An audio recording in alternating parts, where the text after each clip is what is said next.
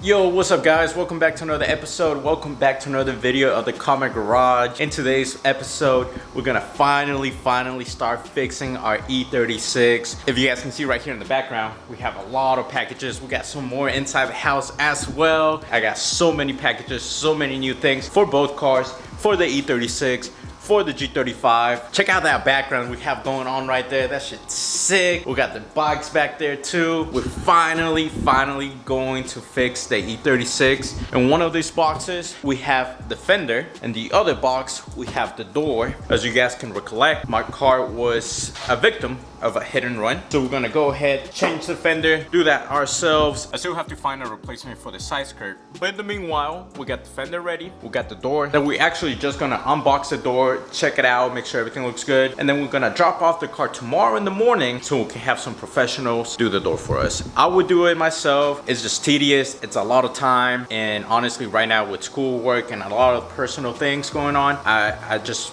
much rather have it done by someone professionally and get it done aligned completely. But we're gonna do the fender ourselves, so let's go ahead and get to it. Boys, as you guys can see, the fender came really secure. Looks really nice. Metal. All right, we got the door over here. Let's go ahead and unbox it.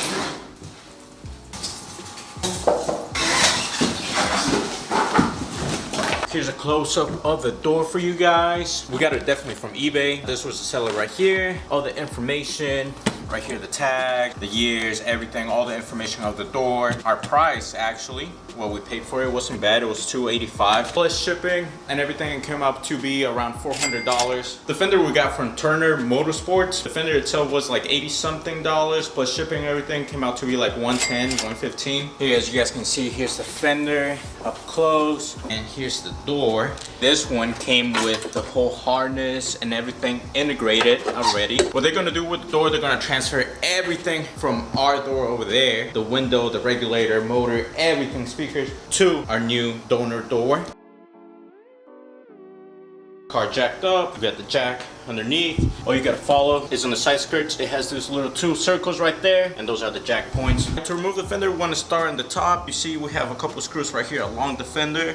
We got 1, 2, 3, 4. I believe those should be 30s, and there should be 2 right here. There's one right here and another one back here. I believe those are 10 millimeters. So we gotta remove this cowl protector and we should be able to get to them. Under the wheel well right here, we just got to remove this bolt right here, one right here on the top, and then that should let us pull this back. We got one more up here. I think that should be all of them, but just make sure you check the splash guard of bolts and nuts right here that holds the fender into the bumper or into the nose, into the bumper cap. We remove the 2 caps right here so you can move this around and you are able to get into these 2 bolts right here.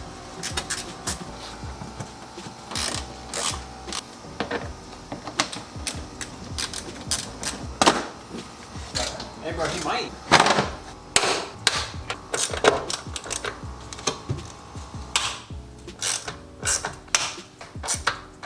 Alright guys, remove all these right here. These were all T30s. Just be careful, you don't want to snap them. There should be 1, 2, 3, 4. We have the 2 other ones right here. Next, we're gonna remove the side marker right here. All you need is a Phillips screwdriver. Remove the screw and this should be able to pop off. There you go.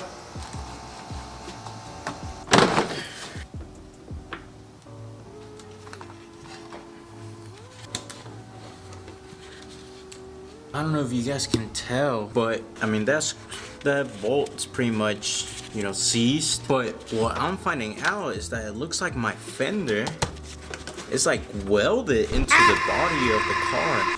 I don't know if you guys can tell. Look at the other bolt. That's like completely like one with the body of the car, with the frame. This is something that I didn't even know about the car. Look right here. It looks like they fixed or they welded some parts of the E36. Maybe it had a little bit of rust and they restored it, but the whole fender is actually like one with the frame. Well, that's definitely gonna be a problem if we want to do the fender ourselves.